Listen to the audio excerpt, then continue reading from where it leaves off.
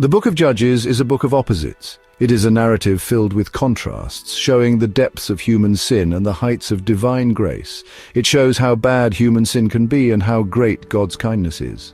The book paints a vivid picture of the human condition, revealing our flaws and the boundless mercy of God. It's a book about how human leaders fail and why we need a true king. The stories within highlight the shortcomings of earthly rulers and the necessity of divine guidance. Throughout the book, God picks judges. These judges are chosen to lead, to deliver, and to bring the people back to righteousness. These leaders are supposed to guide and protect the Israelites. They are meant to be beacons of hope and pillars of strength in times of turmoil. They're supposed to remind them of their promise to God. Their role is to call the people back to their covenant, to remind them of their sacred duties and commitments. But the judges aren't perfect. They often mess up. Despite their divine appointment, they are still human and prone to errors and failures. The people also stray from God's path. They lose their way, forgetting the laws and commandments that were meant to guide them. Judges chapter 19 shows us a time when the Israelites have forgotten God.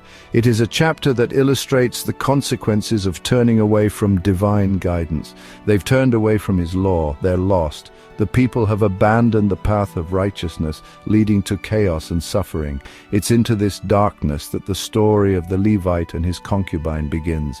This tale serves as a stark reminder of the darkness that can envelop a society when it strays from the light of God's truth. The story begins with a Levite and his concubine. They're traveling through a dangerous place. They're looking for a place to stay for the night. They come to the town of Gibeah, in Benjamin's territory.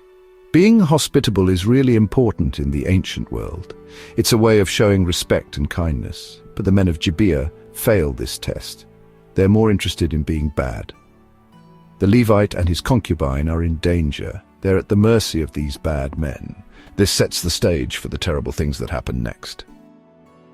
The men of Gibeah attack the Levite's house. They demand that he gives them his concubine. The Levite, trying to protect himself, sends his concubine out to them. She is hurt and violated all night. She is left for dead. This horrible act of violence is truly shocking. It shows how bad things have become. The Levite's response is also shocking. He cuts his concubine's body into 12 pieces. He sends these pieces throughout the tribes of Israel. This awful act is a call to do something. It's a desperate plea for justice. The story of the Levite and his concubine is very upsetting. It's a story of sin and what happens because of it. But even in this darkness, we can see little bits of hope. We see hints of God's plan to make things right. The concubine's suffering, though terrible, can be seen as a hint of Jesus' sacrifice.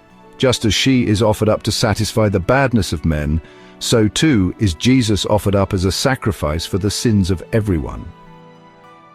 The story of Judges 19 is a tough one. It's a chapter filled with darkness, violence, and despair. It's a story that can leave us feeling hopeless and questioning the goodness of humanity. But it's an important one. It serves as a stark reminder of the consequences of turning away from God. It shows us the depths of human depravity. When we choose to live without His guidance, it reminds us of what happens when we sin. The chaos and suffering that ensue are a direct result of our disobedience. Yet even in this bleak narrative, there is a glimmer of hope. It shows us the need for a real leader, a good king, someone who can guide us, protect us, and lead us towards righteousness. This longing for a true leader is a recurring theme throughout the Bible. The book of Judges points us towards Jesus Christ. He is the fulfillment of that longing. He is the King who came to save us, to bring light into our darkness. He is the true King, the perfect judge. Unlike the flawed leaders of the past, Jesus embodies justice, mercy, and love. He is the one who can truly make things right. He's the one who brings justice and does what's right. In a world filled with injustice and corruption, Jesus stands as the ultimate judge who will one day set all things right. He's the one who offers us hope and makes things right. His sacrifice on the cross and His resurrection give us the assurance that no matter how dark our circumstances, there is always hope. Even in the darkest stories of the Bible, we see glimpses of God's love and grace. These stories remind us that God's plan is always at work, even when we can't see it. We see His plan to save us unfolding. From the beginning of time, God has been orchestrating a plan to redeem humanity, to bring us back into a relationship with Him, and we are reminded that no matter how bad the world may seem, there is always hope in Christ. His light shines in the darkness, and the darkness has not overcome it. Are you ready for the next chapter? Just click here to go straight to it.